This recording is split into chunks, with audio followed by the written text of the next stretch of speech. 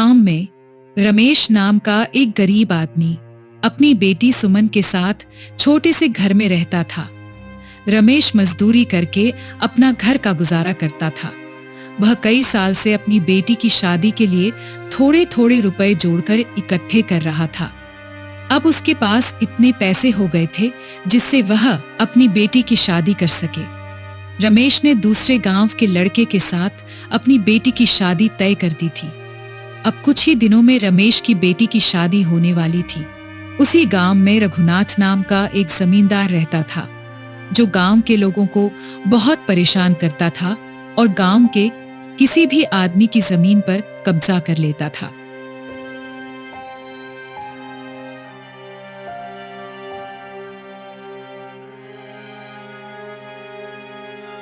एक दिन जमींदार अपने घर में बैठा हुआ सोच रहा था। उस रमेश के पास इतने पैसे कहां से आ गए जो अपनी बेटी की शादी इतने धूमधाम से कर रहा है। इसने मेरे पैसे तो आज तक लौटाए नहीं, ब्याज भी काफी हो गया है। यही सही वक्त है रमेश से अपने पैसे ब्याज सहित वापस लेने का। शादी वाले दिन जाकर मैं उसके घर में बखेड़ा खड़ा कर दूंगा। शादी वाले दिन रघुनाथ अपने 2 आदमियों के साथ रमेश के घर की ओर चल पड़ा। जब जमींदार रमेश के घर पहुंचा तो वहां मौजूद गांव वाले जमींदार को देखकर घबरा गए। इस वक्त जमींदार का यहाँ आना अच्छा नहीं है। ये जरूर कोई ना कोई बखेड़ा खड़ा करेगा। तुम सही कहते हो भाई, ये नामुराद बिना मतलब के कहीं नहीं जाता। इसने बहुत सारे लोगों पर जुल्म किया है। बस आज ईश्वर रमेश की इज्जत रख ले। जब रमेश ने जमींदार के आने की खबर सुनी तो वह दौड़ा चला आया। रमेश को देखकर जमींदार बोला, क्यों बे रमेश, बेटी की शादी तो बड़े धूमधाम से कर रहा है और तूने हमें बुलाया भी नहीं, लेकिन मैं बगैर बुलाए चला आया। क्यों, सही किया न मैंने? जी हुजूर, आपने बिल्कुल सही किया। हमारे लिए तो यह बहुत ही खुशी की बात है कि इस खुशी के मौके पर आप हमारे घर में आए। मैं यहां खुशी में शामिल होने नहीं आया हूं। अरे, मैं तो अपने पैसे लेने आया हूं, वो भी ब्याज सहित, और आज मैं रुपए लेकर ही जाऊंगा। हुजूर, मैंने बिटिया की शादी के लिए एक एक पैसा बड़ी मुश्किल से जोड़ा है। आज उसकी शादी है। मैं आपके सामने हाथ जोड़ता हूं, आपके पैर पकड़ता हूं। कोई ऐसी बात मत कीजिए जिससे लड़के वाले नाराज हो जाएं और मेरी बेटी की शादी रुक जाए। यह मेरी इज्जत का सवाल है। जब तू मुझसे पैसे लेने आया था तब तुझे अपनी इज्जत का ख्याल नहीं आया। तू अपनी बेटी की शादी इतने धूमधाम से कर रहा है, इसकी क्या जरूरत थी?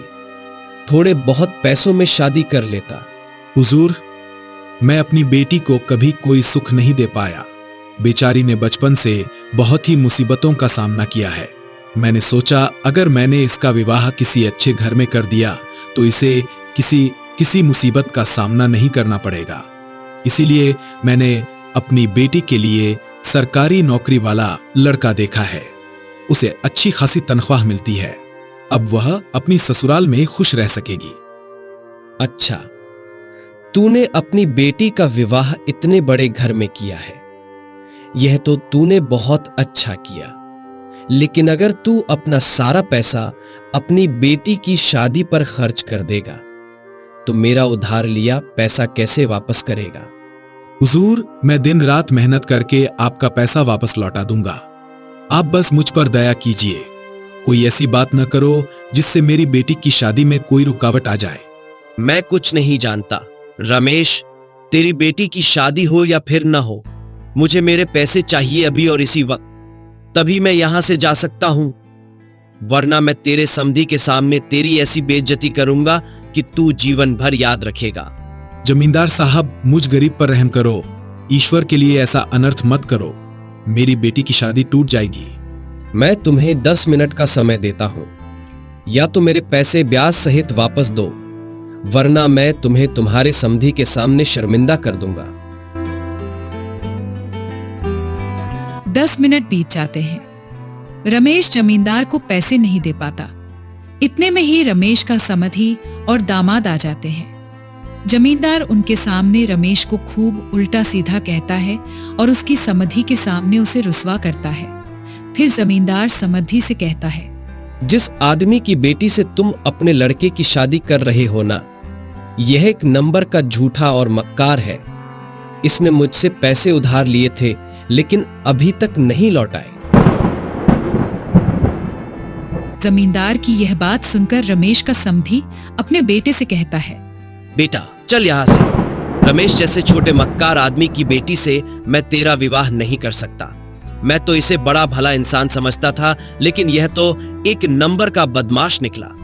अच्छा हुआ शादी से पहले ही मुझे इसके बारे में पता चल गया, वरना मुझे जीवन भर पछतावा करना पड़ता। अपने समधी की यह बात सुनकर और उसे जाते देख रमेश को ऐसी घबराहट हुई कि वह चक्कर खाकर नीचे गिर गया। वहां मौजूद लोगों ने जब देखा तो कहने लगे, अरे रमेश की तो सांस ही नहीं चल रही।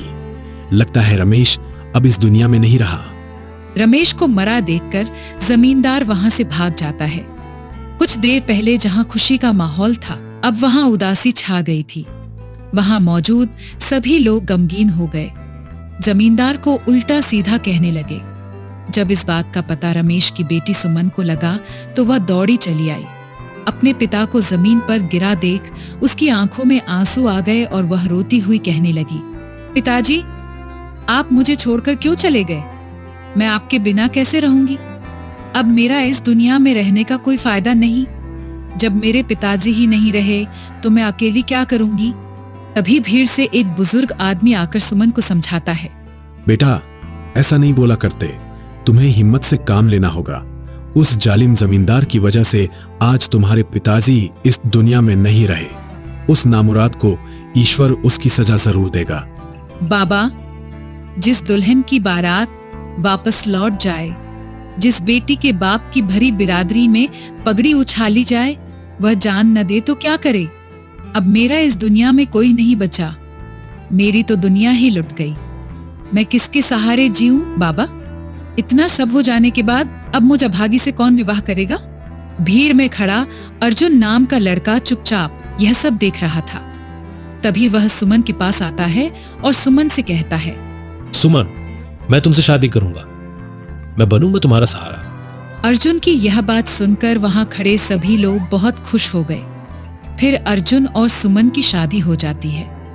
उसके बाद अर्जुन सुमन को लेकर अपने घर की ओर चल पड़ता है। अर्जुन और सुमन अपने नए जीवन की शुरुआत करते हैं। अर्जुन एक मेहनती और ईमानदार किसान था। उसने सुमन को वादा किया कि वह उसकी हर संभव मदद करेगा और उसे खुश रखेगा। हालांकि जमींदार रघुनाथ को यह बात नागवार गुजरी। उसे लगा कि अर्जुन ने उसका अपमान किया है और वह बदला लेने की योजना बनाने लगा। एक दिन अर्जुन अपने खेत में काम कर रहा था। तभी जमींदार के आदमियों ने वहां आकर उसे धमकाना शुरू कर दिया। उन्होंने अर्जुन को चेतावनी दी कि वह अपनी जमीन जमींदार के नाम कर दे, वरना गंभीर परिणाम भुगतने पड़ेंगे।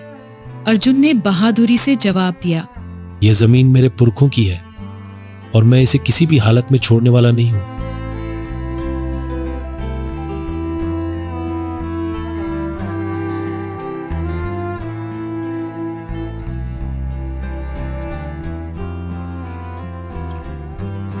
जमींदार ने अपने आदमियों से कहा कि अर्जुन को सबक सिखाने के लिए उसकी फसल को बर्बाद कर दो। उसी रात जमींदार के आदमियों ने अर्जुन के खेत में आग लगा दी। जब अर्जुन की नार सुमन को इस बात का पता चला तो दोनों का दिल टूट गया। लेकिन अर्जुन ने सुमन से वादा किया कि वह फिर से मेहनत करेगा और अपनी जमीन पर नई फसल उगाएगा। गांव के लोग अर्जुन की मदद के लिए आगे आए। सभी ने मिलकर उसकी जमीन को फिर से खेती लायक बनाया। इस बीच सुमन ने भी अर्जुन का हर कदम पर साथ दिया। उसने घर की जिम्मेदारी संभालते हुए अर्जुन का हौसला बढ़ाया। जमींदार का जुल्म बढ़ता ही जा रहा था। गांव के लोग उसके अत्याचारों से तंग आ चुके थे। उन्होंने अर्जुन के नेतृत्व में एकजुट होकर जमींदार के खिलाफ आवाज उठाने का फैसला किया। अर्जुन ने गांव के सभी लोगों को समझाया, अगर हम सब एकजुट होकर जमींदार का सामना करेंगे तो वह हमारा कुछ नहीं बिगाड़ पाएगा। हमें मिलकर अपने हक के लिए लड़ना होगा। गांव वालों ने मिलकर जमींदार के घर का घेराव किया और पंचायत में उसकी शिकायत दर्ज कराई। पंचायत ने जमींदार के खिलाफ सख्त कार्रवाई की और उसकी सभी अवैध संपत्ति को जब्त कर लिया। जमींदार को गांव छोड़कर भागना पड़ा। अर्जुन और सुमन ने गांव में शांति और न्याय की स्थापना की। उनकी मेहनत और ईमानदारी ने उन्हें गांव वालों के दिलों में खास जगह दिलाई। धीरे धीरे अर्जुन और सुमन का जीवन खुशहाल हो गया और उन्होंने अपनी जमीन पर नई फसल उगाकर अपने सपनों को पूरा किया। इस तरह अर्जुन और सुमन ने मिलकर हर मुश्किल का सामना किया और अपनी सच्चाई और बहादुरी से सभी के लिए मिसाल बन गए।